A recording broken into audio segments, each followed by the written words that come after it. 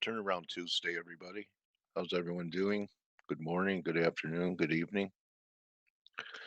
So we're looking at the daily of US dollar yuan right here.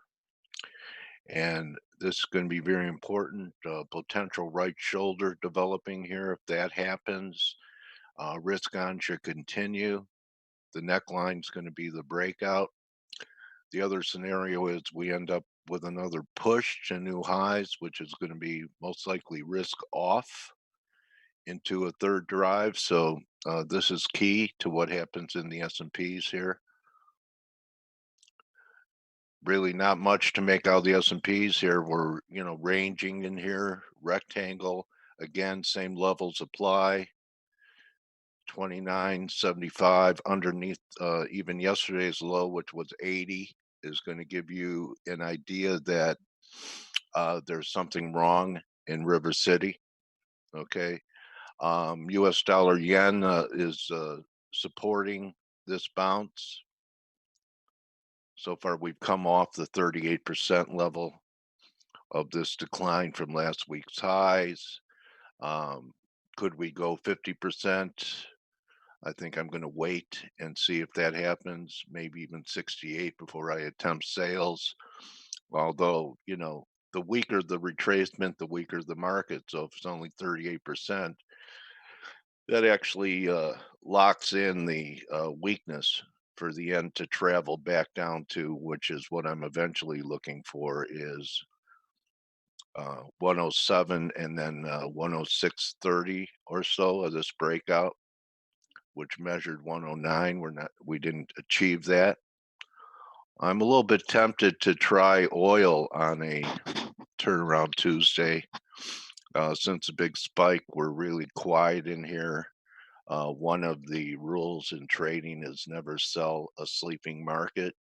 And so far, this looks pretty comatose since all the action that we got last week. And I don't know if this was enough in the gold. I was looking for a rally up towards 1530-ish, 1535. Again, that's going to happen with the yen turning lower. So maybe that does happen in here from the 38% level, but nothing really jumping out at me. I think this is the most important chart here. Whether or not we get a right shoulder here or we blow to new highs is really going to set the tone. The second most important chart for risk and metals and yields is going to be US dollar yen. Let's take a quick look at the 10-year here. We're down a couple bips again. So here again, if this was a low, we're approaching what should be a higher low right around the 160 level. Doesn't have to get down there. But, just halfway back when you look at this from 320, and Steve and I were talking about this yesterday. So one heck of a move, right?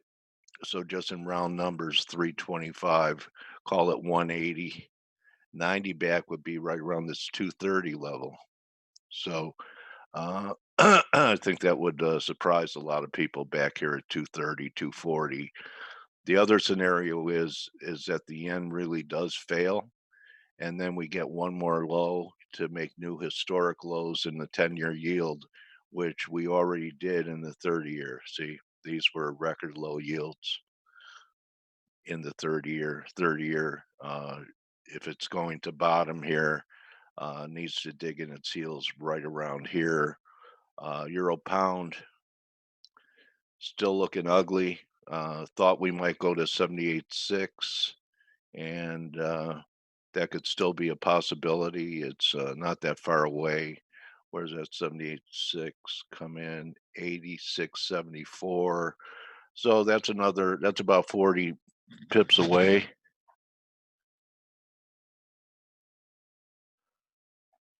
Anyway, let's see what's going on here. That's it. I think Blake is maybe taking a few days off. Not sure if he's on deck as we head into the Major League playoff season. Mr. October, Steve Volge. Oh no, that was Reggie Jackson. All right. Anyway, he's only Huh? He's only away, briefly. He's going to be back tomorrow. Like afternoon, he's going to be back. So it was like a fast visit to the fund. Oh, okay. All right. So you've always been the cleanup hitter on ForexAnalytix anyway, man. So I don't know if you guys know about baseball. Do you play baseball in Greece?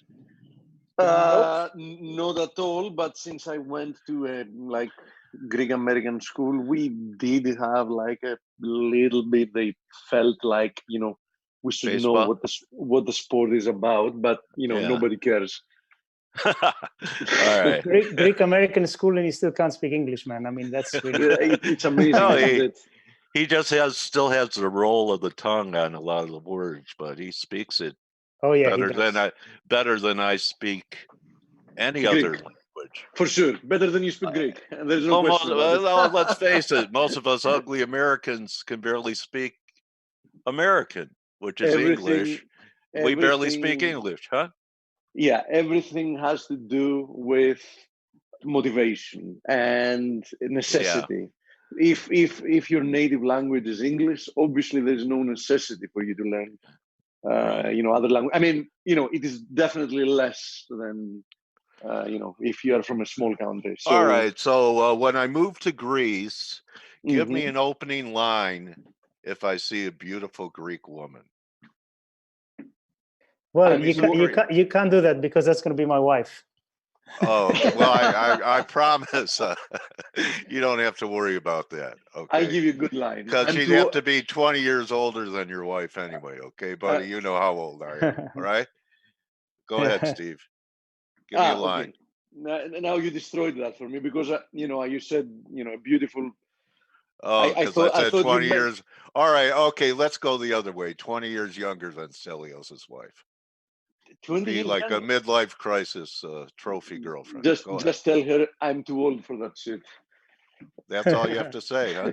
All right. Well, I have down. So Steve, tell me you have something different to say today than you did yesterday.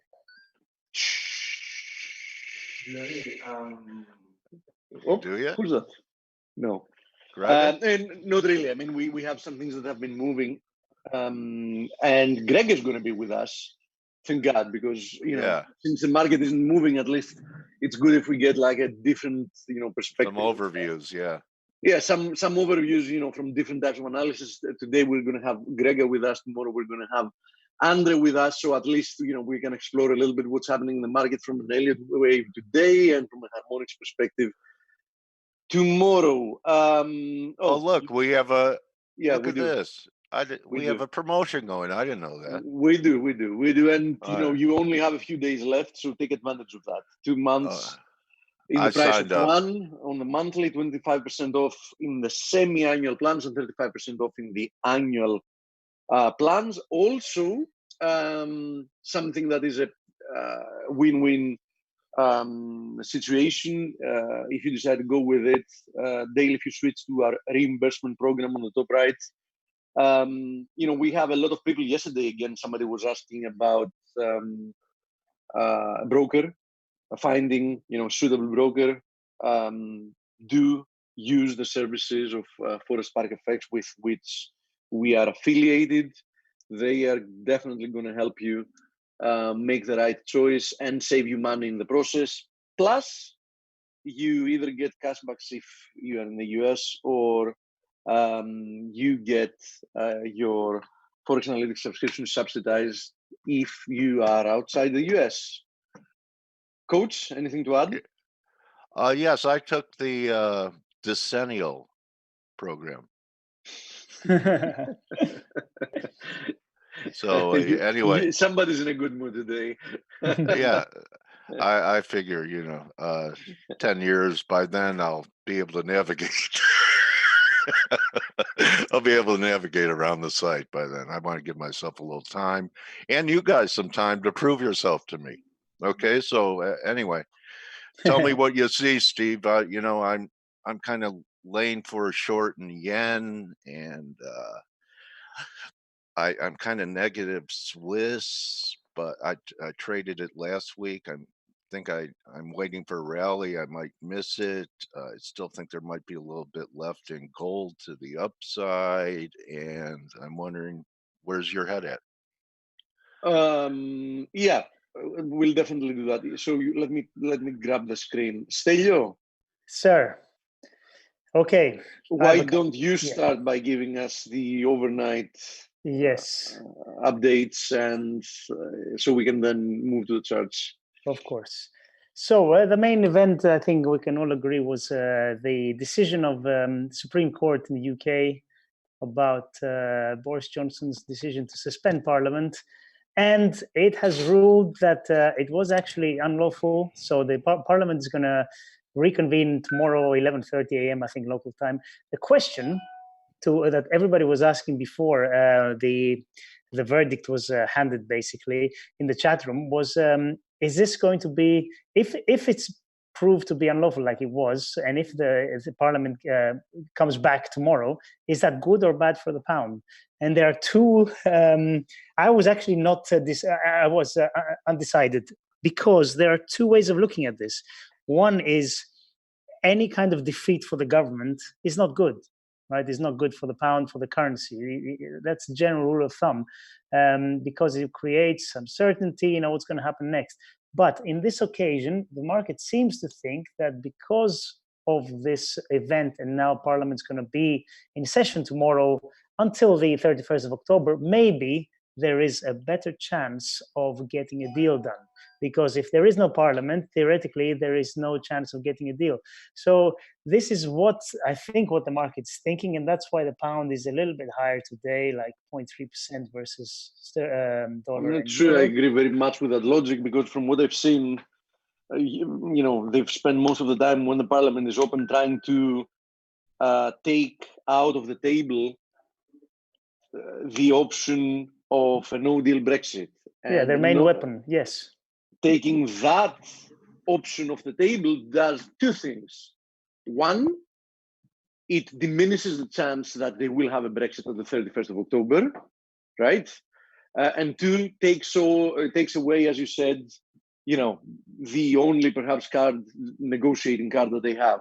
Is that the 31st, you said, is when it's supposed to happen? 31st, yeah. What is it? That's too Halloween weird. Or something? Yeah, that's too weird. I actually have a hearing that day. About? Okay. You know. Oh, okay. Yeah. Okay. Yeah, what a weird Halloween day. Yeah. It's a different kind of exit. So it's an exit. It's a Megxit. Go ahead. What? I just saw there was a headline. Johnson just said that now is the chance for us to get a Brexit deal. So Boris Johnson, remember when he was in the beginning, when he first stepped up as prime minister, he was very adamant, right? We are getting out. No, it doesn't matter how we're going to get out, deal or no deal. And now he's pushing for a deal. I mean, he did say a few days ago that he doesn't want a no-deal Brexit, that he would prefer to get some kind of a deal. So are things changing? I don't know. I mean, these. Well, you know, it's annoying, but there's every single day I find a reason to remember one of the oldest jokes. When do you know that a politician is lying? When? Their lips are moving. That's a good one. That's a good one. Yeah. So things will get moving tomorrow. Starting tomorrow in the UK. Now, what's going to happen? I mean, I don't know. I've said this from beginning. Hold on one second. I still think in the last minute something will be put down on the table, good or bad. I have no clue, but I think no deal Brexit should be is something that both sides don't want. And remember, the Parliament has voted to exclude the no deal Brexit solution from the table. But again, we'll have to see how that goes. I'm really very curious to see what's going to happen if no deal Brexit is on the table. I give it so little chance that we're finally going to get some type of a resolution on the 31st of October. Yeah. And then remember, an extension also has to be voted unanimously. Call me a pessimist, but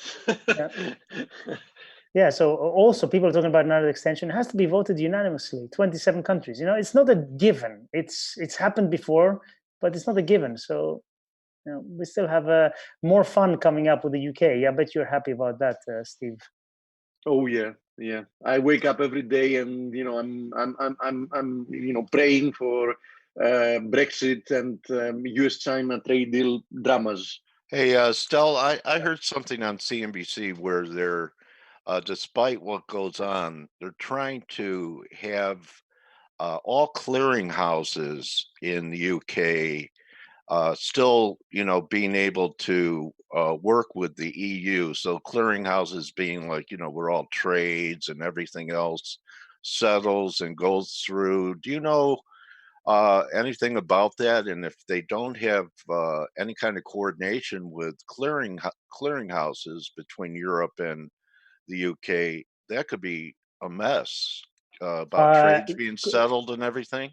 Yeah, good question. I actually don't know what the status is with that, but I remember from the beginning they were saying that when the UK leaves Europe, the clearing is going to be one thing that's going to be moved out of the UK, right? You have so many clearing houses, and Right. I used to work for one. I used to work for Barclays, and Right. the default scenario was that this is something that the UK is going to lose, but I don't know how it's going to work. I really don't know what the framework is.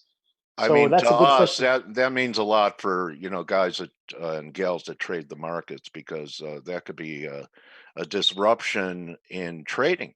Period. Yeah. Yes. Okay. Anyway, so if we can't trade, I don't know what I would do. Yep. I'm sure I'm not gonna go out and work construction at this stage.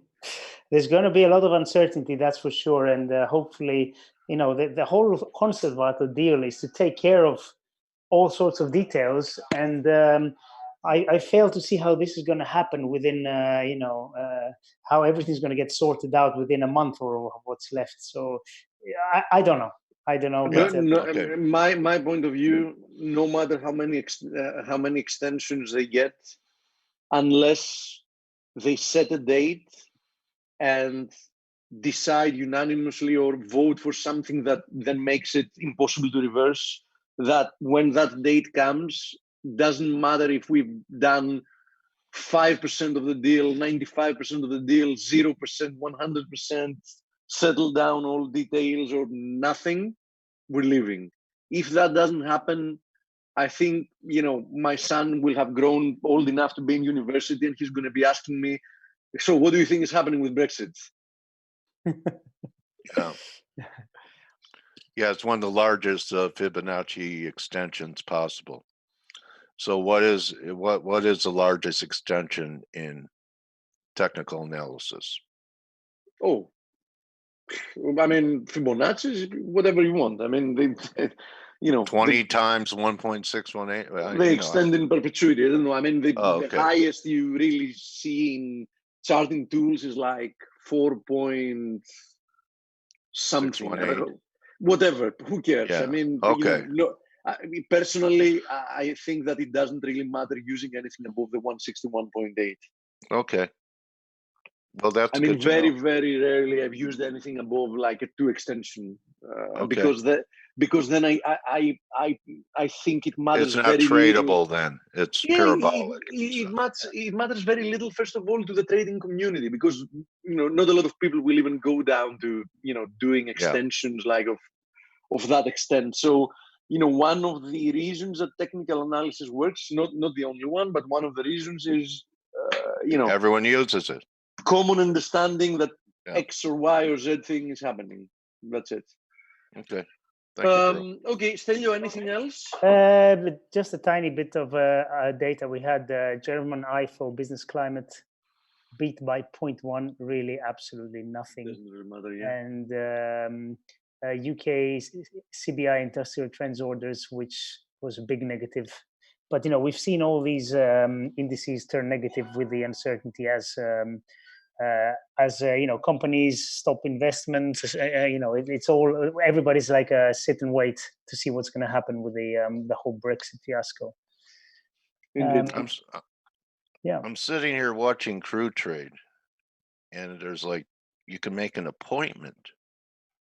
It makes me nervous when you look at a screen and you don't see any changes. You know, it just sits there and sits there.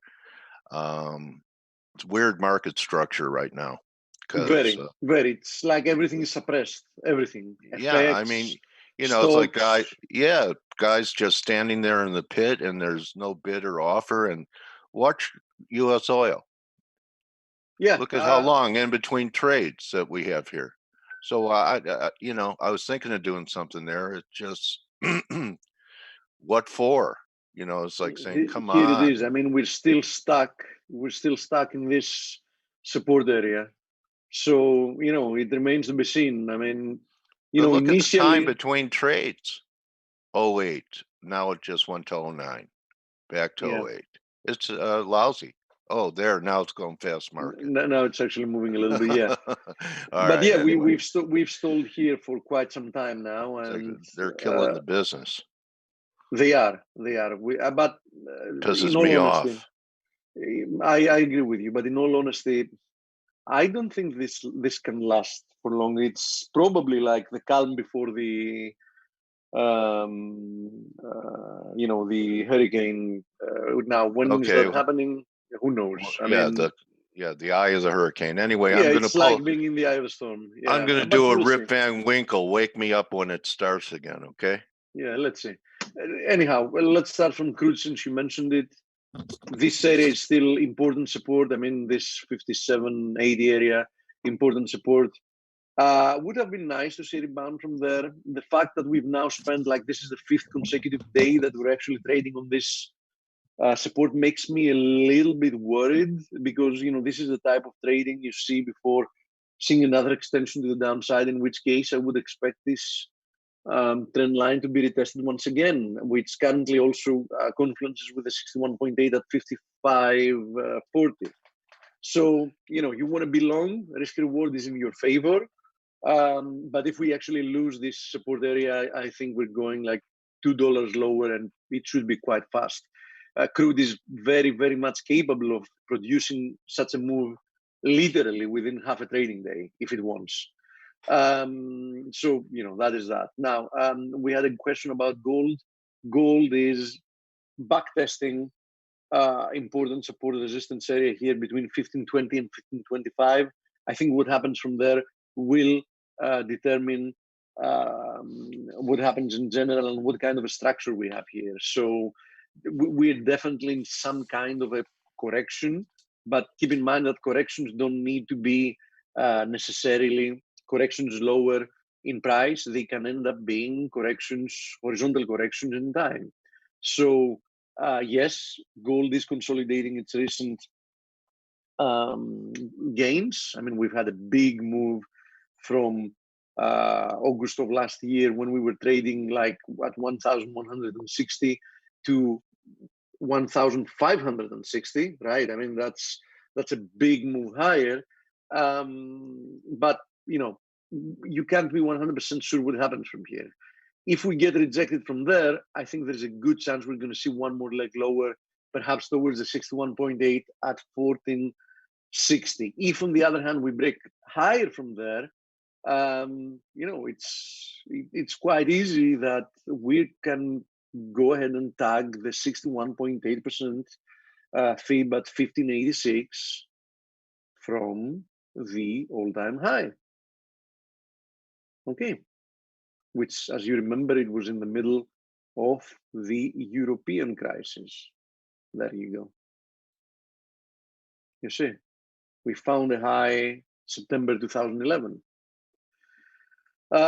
So it is what it is. We need to remain a little bit more patient here. As I said, I still favor one more leg lower, but it can end up being more horizontal consolidation before finally breaking higher. Needless to say, that especially if we just, like, you know, start correcting in time, that's going to be a big argument for expecting a bullish breakout, right? I mean, a market that after a strong move higher fails to correct lower much shows that, you know, bulls are still, they might be taking a breather, but they're still very strong, and, you know, they are in charge of the game. Now, silver had quite a big day yesterday, undoubtedly. much bigger rebound than what we saw in gold. We seem to be stalling at this horizontal support resistance area at 1850 roughly. So same deal here. I mean, we might pull back from here. If we do, the question is what kind of a pullback? One more leg lower, that can easily happen towards 1695. Alternatively, we might see something like this, right? Because that is also an option. And Grega is going to give us his point of view quite shortly. I want to see what kind of a structure he expects, although, you know, you can never be certain of the corrective structure in advance, but I want to see what he would assume is the likeliest scenario. So we might end up seeing something like this. Okay, so we might not even go to new lows. We might end up consolidating more in time before eventually breaking higher. Keep in mind that the next upside resistance is above 21. Also keep in mind that silver has already broken quite a significant trendline resistance, and you know, as long as it trades above that, there is a very good argument to be made about being bullish. I'm not going to even mention all the fundamental arguments for being long precious metals at the moment, with, if not all, the vast majority of central banks globally going again on an easing cycle, and several economies sending out distress signals. So, you know, monetary expansion, always a good friend of metals. Now, nothing has really changed having to do with stocks. I mean, it's very annoying, but we remain trapped in this little consolidation in the S&P, still above 2960, which is an area of support worth mentioning, still below the previous high at 1327, 28, whatever it is. So, you know, we're just consolidating between those two boundaries. Of course, the more time we spend here without turning lower, the higher the likelihood that we're eventually going to break higher. Now, we had a question again about the DAX, so we can go ahead and look at the DAX. Here it is. So as you see, DAX, same deal. I mean, also consolidation near the highs, very likely a bull flag. So as long as we remain within this flag, another leg to the upside towards at least 12,650 is a very likely scenario before we end up seeing perhaps a deeper correction. Regardless, there's no real risk reward buying here, and unless you're a scalper and you want to go down to a 4-hour chart or even lower than that time frame.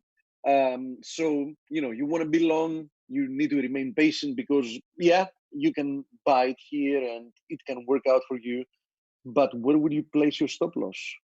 So, I mean, of course, you can arbitrarily say that I'm going to place my stop loss below yesterday's low. Sure. But who tells you that we can't spike as we did yesterday? I mean, if somebody said the same thing yesterday, I'm going to go long and place my stops below this week's low that we had on September 17th. We had like a long lower week.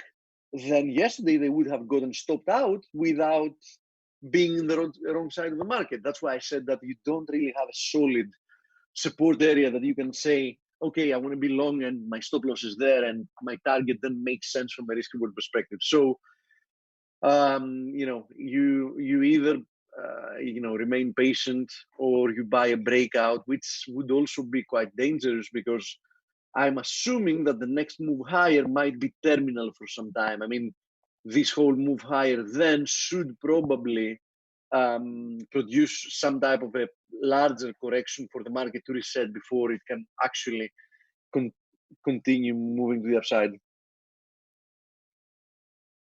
DJ says oil weekly chart is interesting too. Okay, it's quite early on the day to talk about the weekly, but let's have a look at it since you mentioned it. There it is. Yeah, so far a spinning top. So yeah, last week's candle, as you see, also was quite interesting. I mean, we had like a huge upper wick. You can see it here. I mean, we had a huge candle in size, but half of that huge candle was that upper wick that we left behind, that shadow.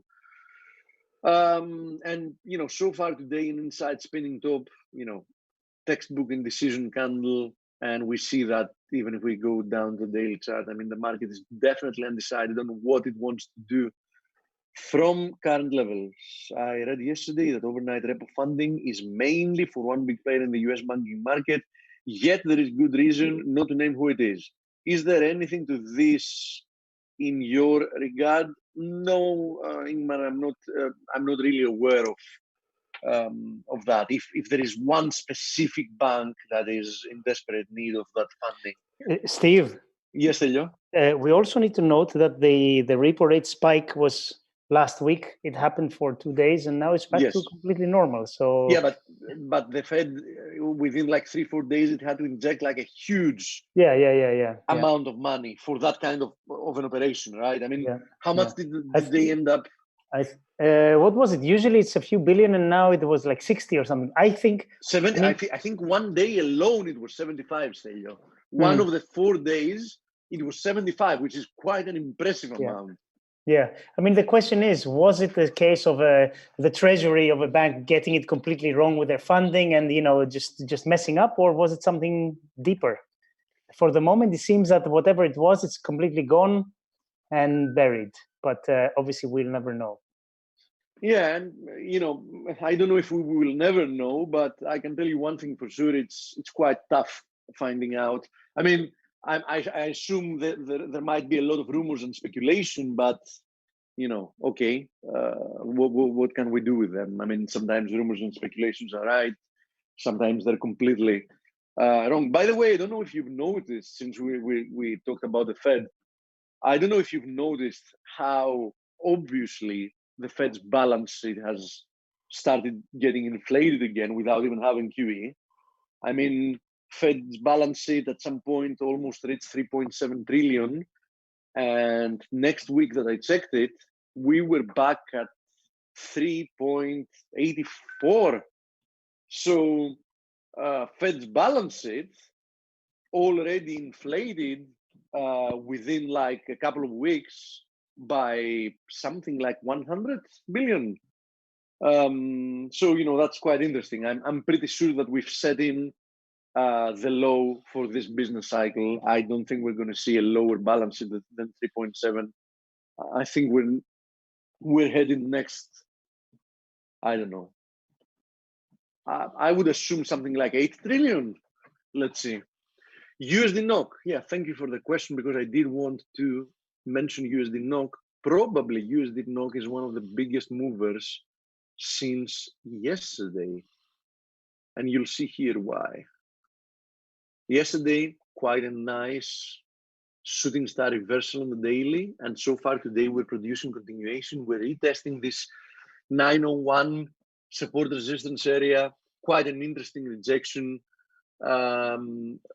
This is also a case of what might prove to be some type of a horizontal consolidation, something like this. Right, let's see. Something like this. So let's wait and see. If that's the case, then it is likely that we'll end up seeing higher prices, but not necessarily. I mean, I don't know if we're going to do something like this, or we're going to consolidate in time. Obviously, previous lows at 891, very, very important for us to determine what's happening here. As you see, and it's obvious in many charts, the market currently is very tough to read. And when is a market tough to read? When it's up, it's trading water. I mean, it doesn't do anything. We have things moving, very little, moving horizontally, posting false breakdowns or breakouts, and this is quite a horrible environment. Yeah, I agree with you, Grigori. For the time being, USD NOK looks quite bullish, and we were saying that for a long period of time.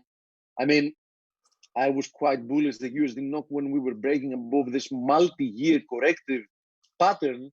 But I have to say that after breaking down from this ascending wedge, I was looking for a good opportunity to be short for a deeper pullback because we had already seen a decent move higher. But so far, this hasn't manifested. We seem to be consolidating. This knock is very painful. Whoop. Okay, that wasn't good. Give me a second because I just pulled the plug. Okay, coach, is my screen still up? Yes, it is. Yeah, Steve. Okay, because one of the cables here on my MacBook got pulled it's a little bit. Okay, cool. So that's it about USD NOK. Never traded NOK though. NOK is in generally a nice pair to trade in my opinion. USD yen keeps giving me hard time for days. Yeah, USD yen gives everybody hard time. I mean, first of all, it's not really moving fast anywhere.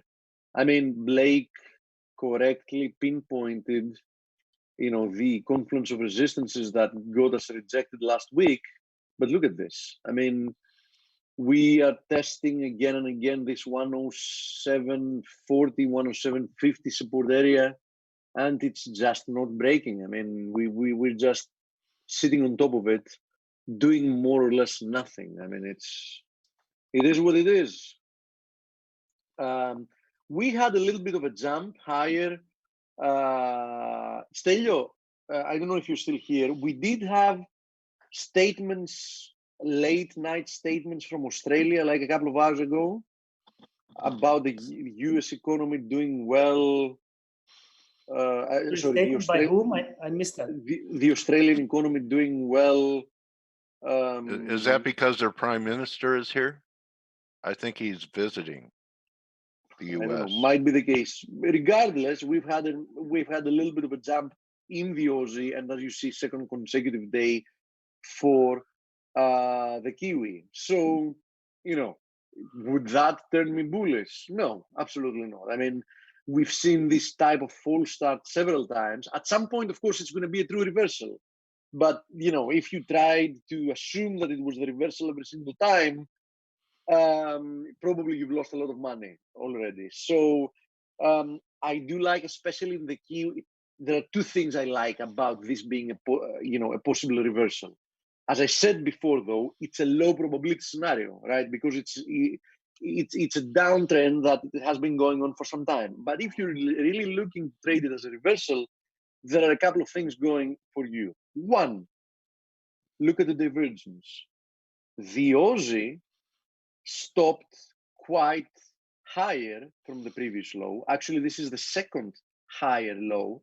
We had this low here, and then we had that low there, and now we have a higher low if we assume that we will continue higher, while at the same time, the Kiwi was producing lower lows. Okay, so Aussie still diverging from the Kiwi, and Kiwi's downside momentum seems to be waning. Testament to that is this RSI divergence you see on the daily. Now, take into account the fact that the Aussie Kiwi has been rejected from major confluence of resistances, which might tell us that the Kiwi might be ready to overperform for a period of time. And if all that happens, it is likely that we're going to see a rebound higher in the Aussie and the Kiwi. Now, how do you increase the likelihood that that's the case? Once again, I'm going to say that, especially having to do with the Kiwi, as long as we remain below 64 cents and 25, like this horizontal support resistance area, there is no real technical argument in being bullish. Now, breaking above that will do two things. First of all, we're finally going to be breaking above a significant area of resistance. Second of all, we're going to be posting a higher high, which we haven't done in a long time. So, unless I see Kiwi above 64.25, I will remain quite skeptical, having to do with what the Aussie and the Kiwi are doing. Our central bank governor had a speech today. Yeah, he did. He was quite optimistic about the Australian economy. I don't think the market expected him to be that. Probably they expected more dovish comments. DAX we covered. Pound looks like so. But yeah, speaking about the pound, we were saying yesterday that okay, we do have a pullback in the pound, but what is that matters in this case is there it is, 123.70. And specifically, I showed in the chat room this chart saying that perhaps we should also pay attention to this trend line resistance that might be acting as support. So as you see, I said yesterday, I don't know how significant this trend line is, given that 123.70, 123.80 wasn't far away, and we know even from the daily chart that that is a super important level.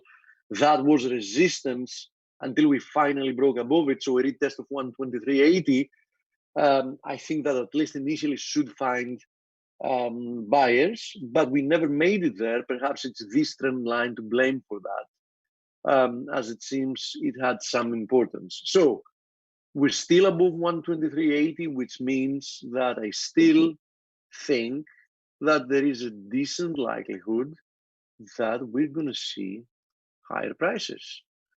I think that above 123.80, in the short term, it's absolutely fine being bullish. Now, of course, I would put that in perspective simply because if you go on the daily, you're going to see that you can be bullish in the short term as long as we remain within this descending wedge. Because if we make it there, roughly 127.30, then we are testing the confluence of the 200-day moving average and this wedge's resistance. So I have to say that until we make it there, I think it's natural for somebody to be looking for more upside. You have the risk reward to do so at least, but I would be very careful from that level because a rejection is very likely. On the other hand, the breakout from there is going to be a very bullish event, and I'm pretty positive that it's going to squeeze market participants in a very, very respectable manner. Now, let's see about Gregor. Let me see if he's already here.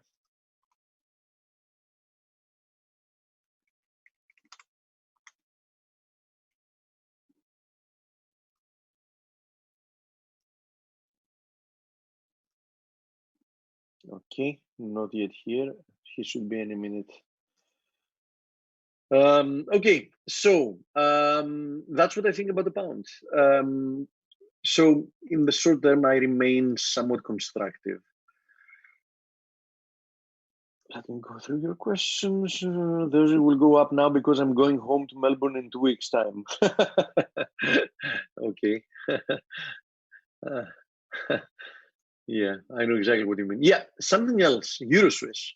And the reason I wanted to mention the Euro-Swiss is to mention then what the USD Swiss is doing. So Euro-Swiss, following the horrible data we had from Germany, has been taking a tumble. There's no question about why, right? I mean, let's assume you had money in euro. You see the biggest economy going into a recession. There is a big likelihood that you're going to be like, okay, it's a good idea if I move some of my money to Swiss francs. We've seen a respectable move, for the kind of moves that this pair produces. I mean, within like 3 trading days, we came down from above 110 to 108.85. Now I want to see what's going to happen from here because we're retesting this broken channel's resistance and support. If we rebound from here, all good and fine. If we retest the lows, it's very likely that they're not going to hold again, in which case we're moving lower. Now, as long as Euro-Swiss is moving lower, so as long as the Swissy remains quite strong, then you should expect the USD Swiss to move lower faster than Euro USD is moving higher. In all actuality, this divergence has led to something that, it only happens for short periods of time. We've had, during the past few days, both the Euro USD and the USD Swiss moving in the same direction, lower, usually very, very, very tightly inversely correlated. Now, the reason I'm saying that is because due to the strength we've seen in the Swissy, the USD Swiss has managed to hold within this ascending channel despite Euro USD showing weakness. So imagine what's going to happen if Euro USD actually jumps higher. We're going to have probably a nice technical event here, breaking below this channel, in which case I would be looking for a continuation. Of course, it's a hard sell being long the euro at the moment. You have only one thing going for you, and that is risk reward and a very, very nice triple confluence of supports roughly at 1.092. Okay, on the other hand, if you want to have the flip side, we've seen bad news which have failed to push euro to new lows. That's also a sign, right? I mean, we've got ourselves a decent amount of bad data and information, and yet we haven't seen a lower low. This to me is also some type of a divergence, right? Divergence between news and price action. That might be showing us something. Regardless, that's just a warning sign, because from the technical perspective, I'm monitoring this descending intermittent trend line. As long as we don't break above it, there is nothing to talk about bullish. But if we do break above that, I can see how we can get a squeeze towards the, this trend line, the descending wedges trend line. And as we said about the cable, if for some reason Euro USD breaks above that, I think market participants are going to be squeezed, in an impressive manner. I mean, I believe that above 113, we can see 118 faster than most believe. Question about the pound Swiss. Yeah. Both the pound and the Swiss have been rather strong during the past few days. Is Grega coming on, bro? Here he is. I finally see him now that you mention it. Okay. Because there's only 13 minutes left. Grega?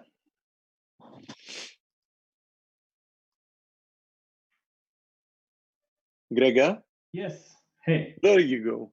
Hey, I checked for Grega. you 5 minutes ago and I didn't see you. Really? Because Yep. Again, you talk too much and looking at the charts. You are late and you're trying to Blame him. Yeah. to blame me. No, actually, I was here, but I have different mics. There are some workers just a few meters around, and I just had to put my headphones on actually and disable my desktop mic. Actually. Hey, you know what, guys? My dog ate my homework on my Oh way my to God, school. it did. The wind, no, you know what? The wind blew it away. You're still doing work on your at your house? Me? Yeah. No, that's on the other place. My house is almost finished. Okay. Actually, we just moved yesterday. Actually. How's my room look, Grega? Congratulations. Grega, how's my guest room look? Like a master room. Excellent. Oh, okay. If you would be in Europe anytime, there will be a place for you, no problem.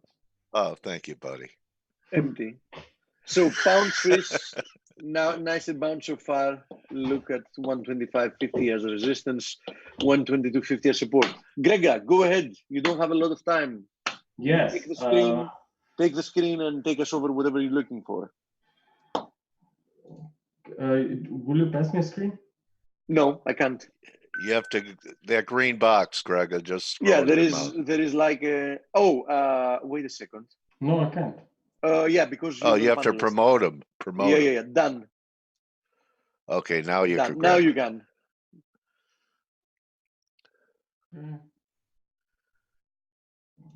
Green box, share. Green There it box. is. Yeah, there you go. Perfect. Okay, so euro dollar, I mean, I really don't want to spend too much time here. It's still ongoing bearish price action, but this wedge and overlapping and it keep bouncing from a new low. So it's really hard to trade this one. It is. So rather than euro dollar, I mean, even if you think that we really could see a bounce here, and maybe a dollar will get weakened, maybe look at cable instead. I mean, on cable, we reversed from those lows in 5 waves. Waves 1 was extended, wave 2, then you have 5 subwaves for wave 3, wave 4, and wave 5. We now fell below this channel support, so I think that new corrective setback is now here, but just a temporary one that will send us probably higher. So looking at the daily chart, this is this wave A that I see it as completed. So actually, I would not be surprised to see cable or pound in general doing much better than euro dollar.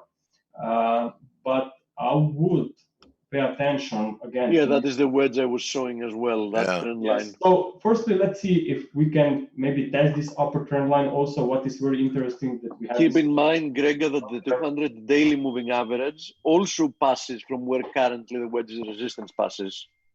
Okay, perfect. And then you have also this former wave X swing low, which was later a resistance for this wave 4. And as you know, fourth waves are also very common reversal points. So for now, I would focus like more upside here for pound. Also, if we take a look on euro pound, we fell below some key support level here last week. It was 88.94. It was a quite aggressive move below that level. We even retested on an intraday charts a few times this level, and now again at the low. So I'm thinking that market actually wanted to tell us that this slack is finished and that we are turning bearish. So looking at the weekly chart to show the idea where we are, notice where this reversal actually from a new high occurred after probably market cleared some stops above this high. Yeah. So for me, it looks like a perfect ABC completion. And now if we respect what happens after 3 waves of recovery, it should be fully retraced, which means a market could actually even go back to retest this 2000. And so you expect a lot more weakness here. Yes. And I would maybe looking for to sell some strength here. Okay, Gregor, last time I recall, you had a longer term, very bullish EG. Has that changed? Actually, longer term, no. I mean, still, this is only a temporary correction. Because I think you had it like over 100 or something long term. Yes, way up there. Long term, yes. I think Coach, more long term, we're all dead. Yeah. Hey, you don't have to. You don't have to remind me about that, buddy. I mean, short. I'm hoping for short term. Nah. Oh, no. Yeah. All right. Anyway. Okay. The reason why we should stay focused on a bullish side once this correction will unfold is because these 2009 highs, still weren't taken out. You can see right there. Okay. Close, and now we are reversing. Also, this rise within this wave A was clearly impulsive, right? So I'm thinking that we still sooner or later may see these highs retested. Okay. Thank you, buddy. Okay, so just testing my memory. That's all. Okay, so what's really interesting for today, I think that everyone should pay attention to gold. Before we go to gold, gold is indeed at a very important resistance. I was showing that before. Very important. So here we have this 10-year US notes. I covered this in one of our previous webinars. I said that we are reversing to the downside here, 10-year US notes in 5 ways, meaning that this is most likely only a corrective. Yes. What I really like is that actually we have seen a buying pressure on gold and the 10-year US notes on Monday. I really do not like to trust Monday flows. Normally, as you know, market through the week will make different swings. Okay, I agree. The same like through the day. At the start of the day, you may see red candles, but at the end of the day, you may see maybe even in close, even in. By the way, let me add that the bonds more or less look the same as the treasuries. I mean, I also view the rebound in bonds corrective, so I think it is a sorting opportunity.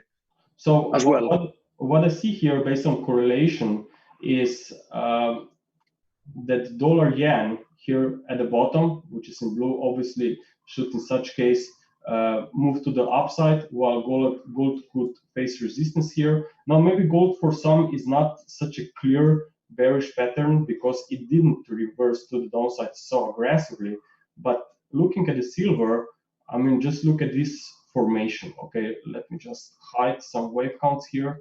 I mean, clearly this was a sharp rise, and then you have just a very fast temporary top, faster reversal to the downside, and looks like a top formation to me. Yeah, but I'm pretty sure that yesterday's candle, I bet that yesterday's candle caught a lot of people off guard, and they might be trying to buy silver, you know, at a bad juncture.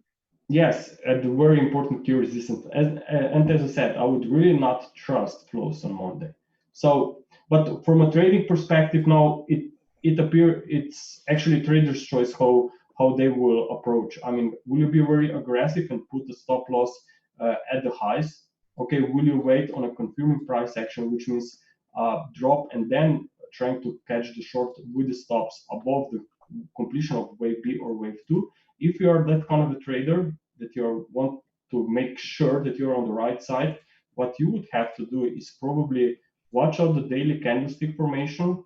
And since this was some kind of a bullish engulfing pattern, what you want to see, if you want to be short, you want to see that the previous, which means yesterday bullish reaction should be fully retraced.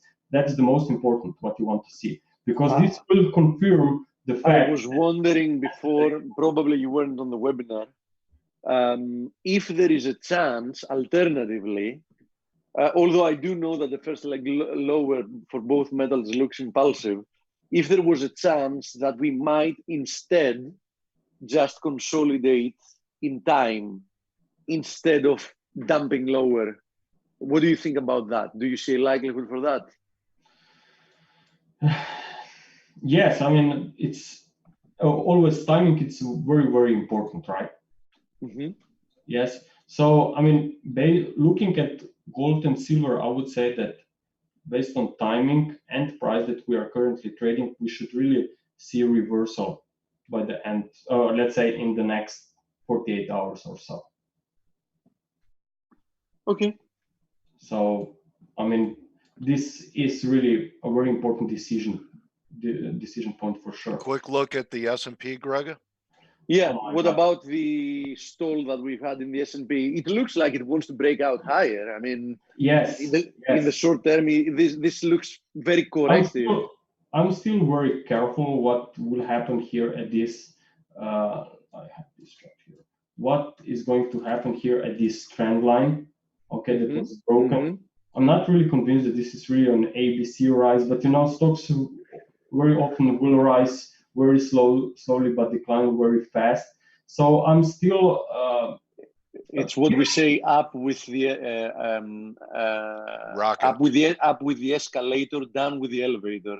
Yes, and even if we retest the highs, even spike to a high, I would not be saying, okay, we are bullish, we are very bullish. I would still be looking for a potential reversal lower. So okay, what is your main?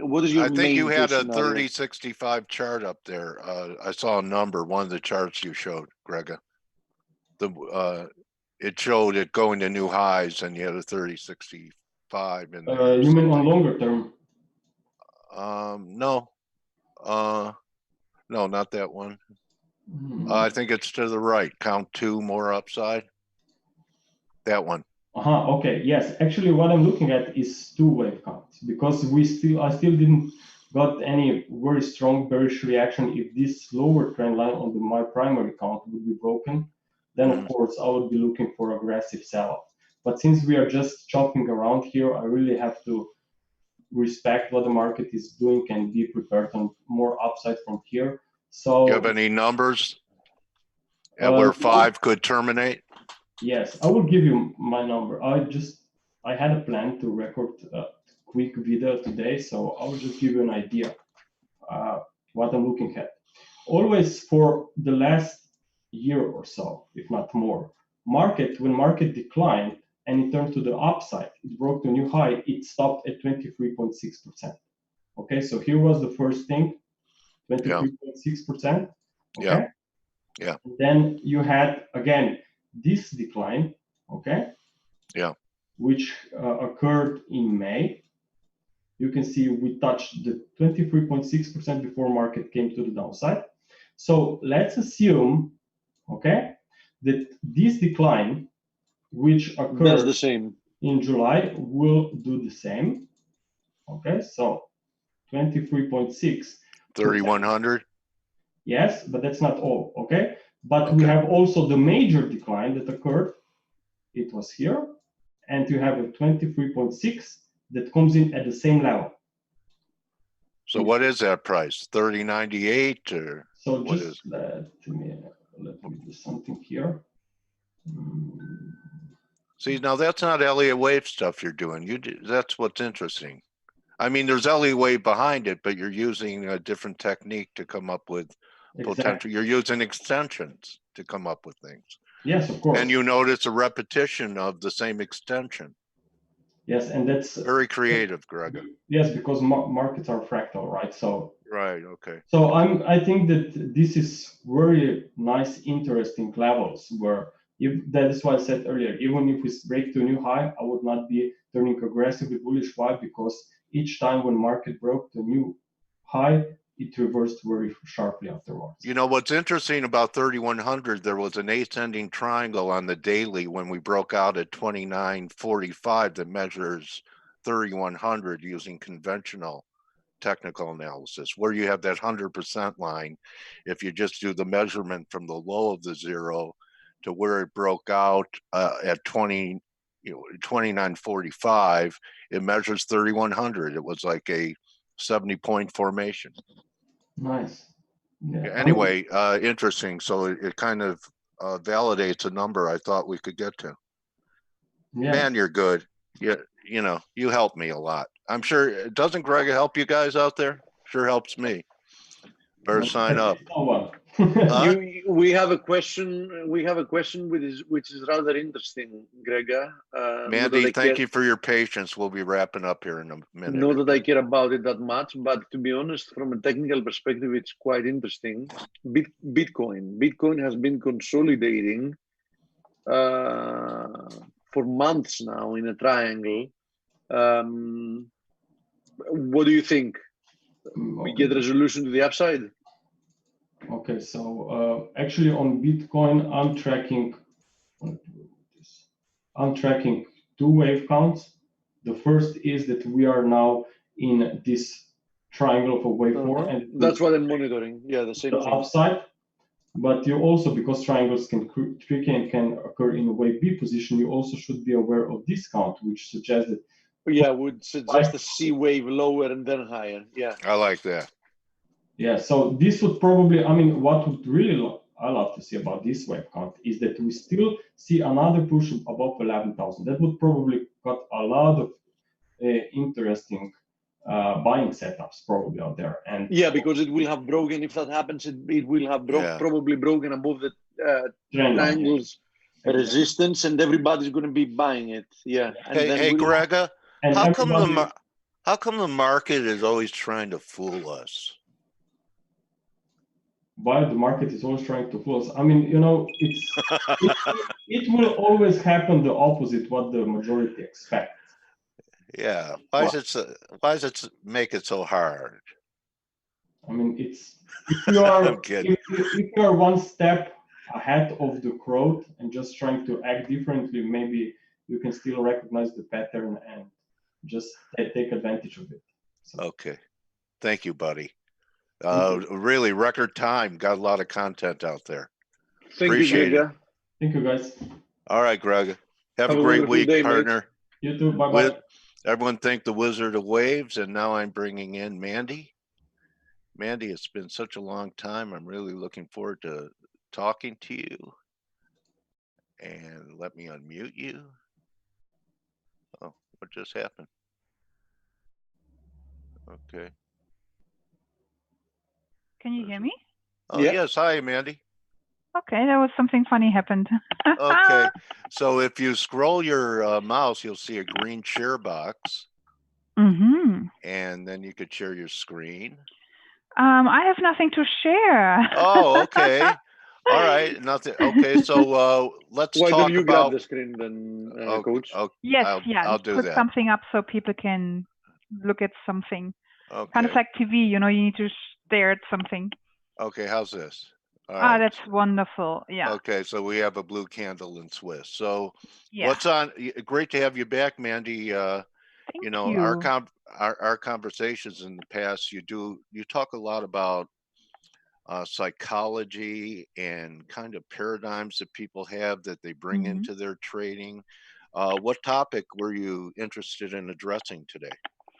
So today I thought, and that's based on a few emails that I got throughout the last weeks from my traders. Traders, when it comes to mindset, to psychology, I see more and more that they focus on things that are completely irrelevant to trading success. And it's a tweet that I put out this morning as well. And my tweet was actually sparked by a trader emailing me, very, very upset that he was trading with someone, with a trading buddy. He saw a setup. He entered his setup. His trading buddy said, "Oh, but there is weakness," and you know, this trader was wrong. And then yes, she is German. I am German indeed. So he saw this setup, traded the setup. The guy said, "Oh, there's weakness in the background." And then my trader started to doubt himself. He became uncertain, closed the trade out at a little loss. And then, of course, it went, it skyrocketed into his target and he missed out on a nice profit. And he was very upset about it. And I said to him, this is like being upset about the wind blowing off a sheet of paper from the table. I mean, this is just how human psychology works, what we humans are wired to. If you're a fairly new trader, of course you're uncertain. And the trick is not to not be swayed in your trading system, in your analysis, because it's incredibly hard. The trick is to protect your mind from being influenced in the first place. So if you trade with someone, tell them to not comment on your trade. If it goes wrong, it goes wrong. Who cares? Yeah. So, people are always looking for a scapegoat. Yes. I was influenced. I read this tweet. When really, I say this to people, Mandy, we're all captains of our own ship. Yeah. So if you're the captain, you might have a first mate, you might have a crew, but you know what? It's always your responsibility. So do you tell them to take responsibility for being influenced? Well, they or you do. too, or that's too much tough love? No, I do tell him, and the thing is, they know that. He's like, I know it's my responsibility, but they don't feel it. So it's this incredible upset about it and being so down on himself. And I said to him, if it were your son, would you talk to him the way you talk to yourself right now? Like, I'm such an idiot. Why do I keep getting influenced? So, this judgmental self-talk, which doesn't help at all. Because that is not solution focused and results oriented. It's just, I feel really bad and I need to get rid of this poison in my mind, in my body. So how about magnifying one trade being too important? And how about maybe he went to the doctor a month ago and the doctor gave him a clean bill of health? You can't buy that with a winning trade. Yeah, exactly. So what about perspective? I love perspective, exactly.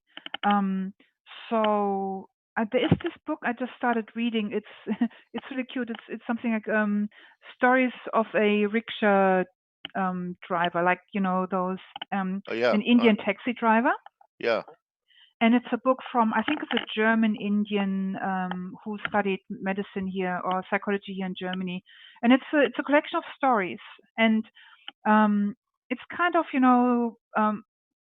personal development put into little stories, into little metaphors, so that they're being easier understood. And one of the stories is that he's having a little rickshaw and he gets a girl comes into the taxi, and he says, "Where do you want to go?" And then he takes her to wherever she wants to go, and he sees that she keeps staring in the mirror, and she has a pimple in her face. And he also notices that she's got the most beautiful face, the most beautiful eyes, flawless skin, just this one pimple, a beautiful mouth, like just so pretty. But she keeps staring on that pimple. And then he says to her, you don't see how pretty your face is because all you do is you stare at that pimple.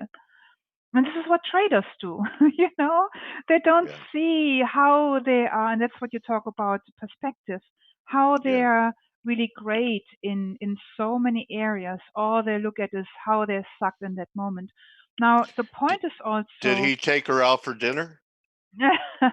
It didn't say in the book. I don't think he did. That would be a beautiful ending, right? Yeah, and they fell in love and they pulled the rickshaw together. Or if it's an American couple, she still sat in the rickshaw and he pulled it. Oh, I love that. All right, go ahead. Oh,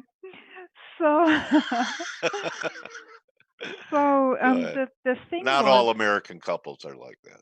I just want to say I want to find myself an American man now, who with my rickshaw. All right. So, but the point is, I said to him, you saw this entry, you saw the setup, you saw the trade was a great trade. But then it comes also to realistic expectations. Let me just answer this question from Patson. What's the name of the book? So it's a German book. It's Der Rikscha-Fahrer, der das Glück verschenkt. In English, it would mean the rickshaw driver who gives happiness as presents. Oh God! It's very pretty. Nice. And the title, the author is, oh my God, Bion Kattilathu. So Kattilathu. And so what the point was with my trader was also the unrealistic expectation of what his mind and body is capable of.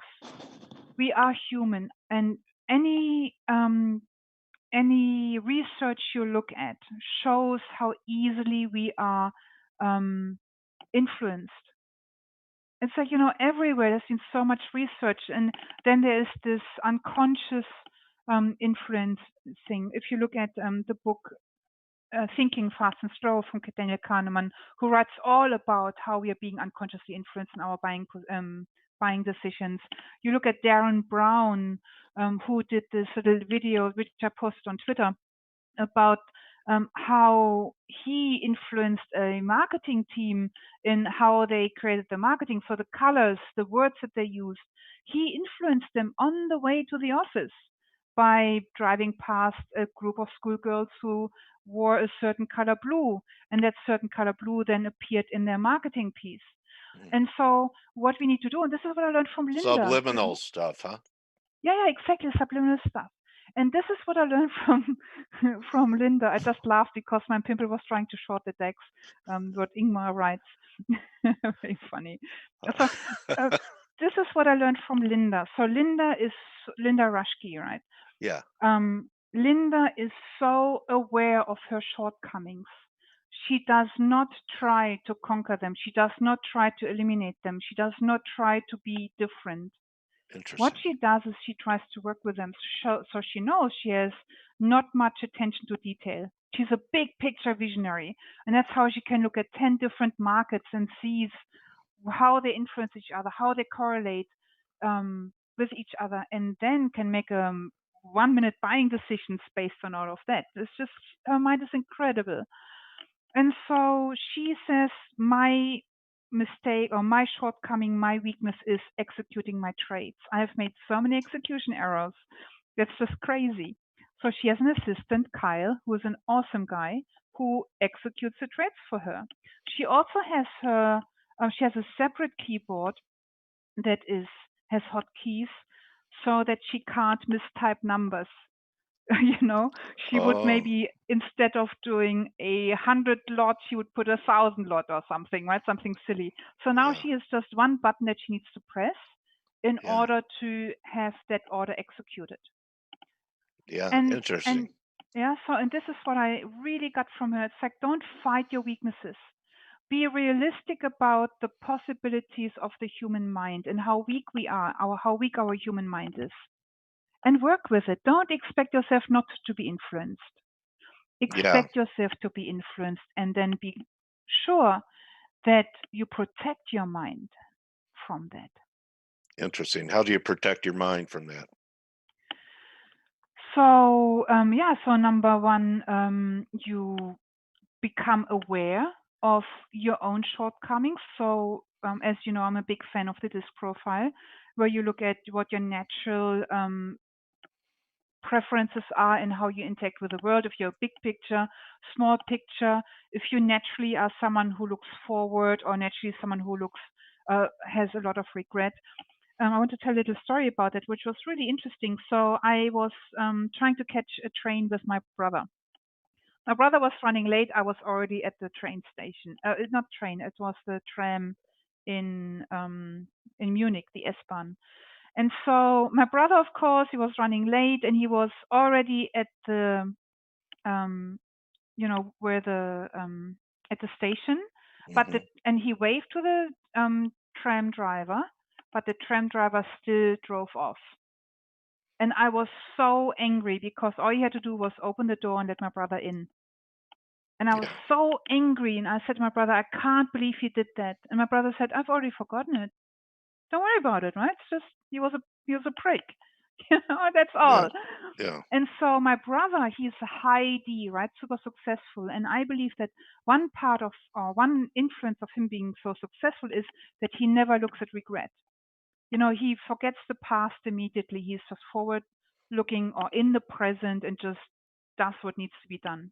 Whereas I was for a very long time, and still am, someone who has a lot of regrets, right? And I keep looking at the back and the past. Yeah. And this is, for example, one awareness where, okay, this is a habitual way of thinking that I have that I can transform. So when I was then there thinking this tram driver was an idiot and he was mean, that's not fair, to say, hey, it's okay, don't worry about it. Just look forward. Just doing his job. Yeah. Trying to be on time. Exactly. We have no Instead idea of what was going personalizing on. He didn't see your brother wave. Well, he would have seen my brother. My brother was right next to that. But that's not the point, right? As you say, maybe he was just doing his job. He had to go. Like, we don't know what was going on in this guy's mind. Maybe we think we do. Yeah. And we make it all and about we never ourselves. do. Yeah. As you just said. Okay. Yeah, make it all about ourselves. Yeah. Okay. So that's an example how you protect your mind, where you're like, oh, I just personalized this, and it's not about that. Who cares? Move on. It was one trade. Next, I have people, when I mentor them, I say the most important word for a trader is next. Win, lose, or draw. Next is kind of diminishes what just happened, and you stay focused on what's happening now. So it's kind of like athletes. They make a mistake on the field.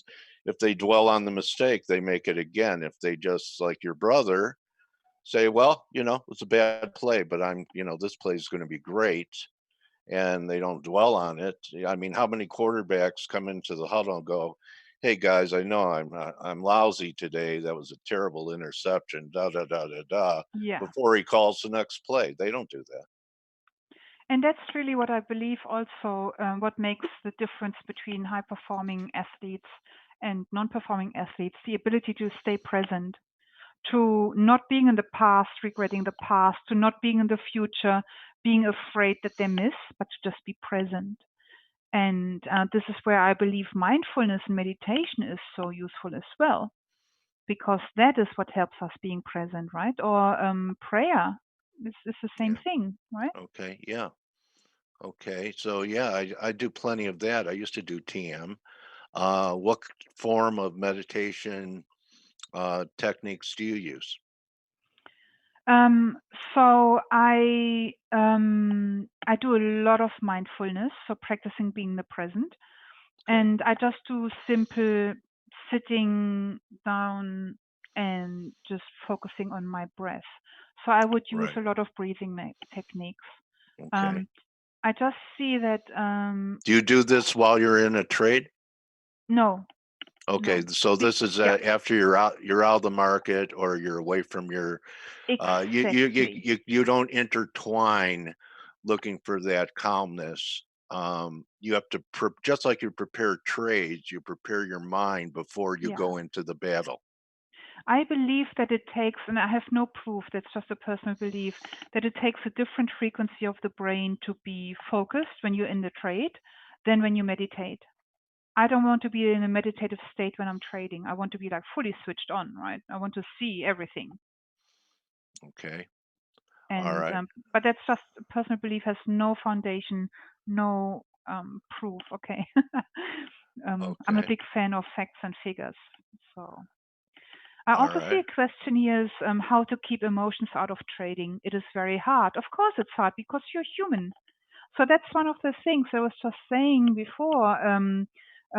This trader of mine who expected that he would not be influenced by his trading buddy. It's like, of course you are. It's like the wind is blowing the pieces of paper off the table.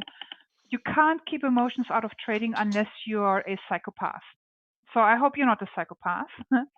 And so it's about working with your emotions, and that is where mindfulness and meditation comes in, to be really focused, to be really aware of your emotions. And so I was working with another trader. He said he just can't find his rhythm. He goes long, this thing drops. He goes short, this thing goes up. And then, he was really something upset him in his personal life, and he just couldn't. Dale, have you ever felt like when you felt like disconnected from yourself, like there was this gap inside, this emptiness? Yes. So this is how he felt. And Mhm. I believe when we have this disconnect within us, we can't make good decisions. That's when Right. we don't have a rhythm, when we keep chasing trades, because we are out of whack. What are your Okay. thoughts on this? Well, I want your thoughts, because I tell people when they're in a health or emotional, mental crisis Mm-hmm. that they should not trade. Yeah. What do you think? I would generally speaking say yes. However, I have just recently met a trader. He went through a separation, and he started learning trading at the time, which was several years ago. And he traded so well that he was able to build a property portfolio from trading. It's massive, right? I've never seen that. I've never heard of that. Mm-hmm. So now I have changed During the separation, he was able to do that. during the separation. But you know what the driving force for him was? He wanted to build a great future for his children. Okay. So, All right, so the motivation, not to show his spouse that how what she's going to be missing. no.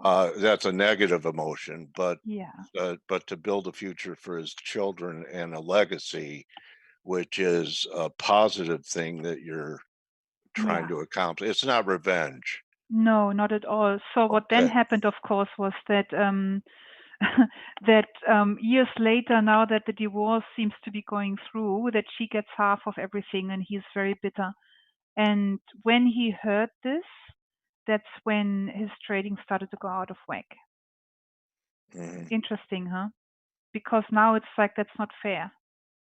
Now Yeah. the pain starts, not when the separation was. That his wife gets half of the work that he has, or the property portfolio, the assets that he has accumulated for the children. Wow. Yeah, crazy, huh? Sounds like California. Yeah, it's in America indeed. Okay. Community property state. You can't fight that. So, Yeah. anything else you want to cover? I mean, I could talk to you for hours, Mandy. In fact, I'm laying down on the couch right now while I'm talking to you. So you can't charge me. I do an interview. and then I get to ask all the questions are really all about myself. Yeah. And I'm pretending is someone someone I know. And you know, and I know thyself. I know thyself. So Yeah. anything else you want to cover that would be a pearl for people to take forward into this new trading season?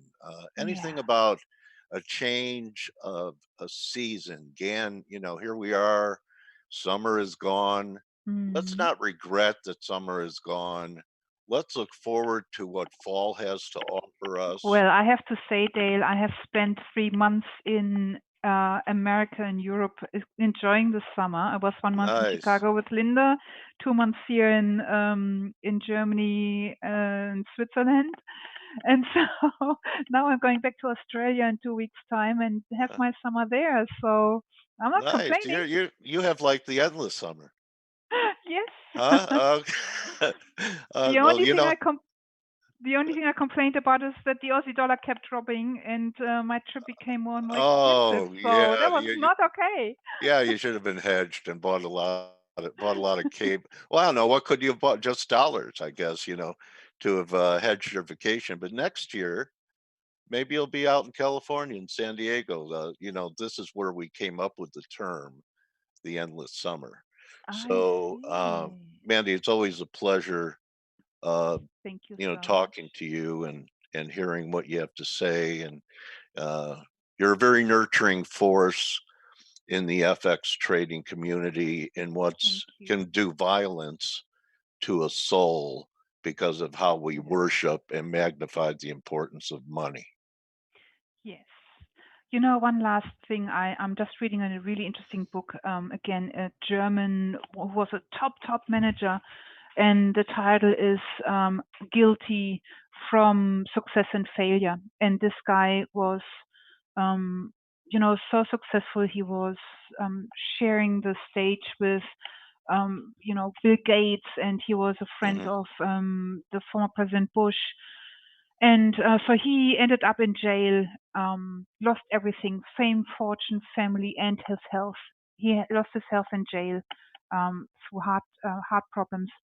And then he wrote this book about how did he end up there, what happened.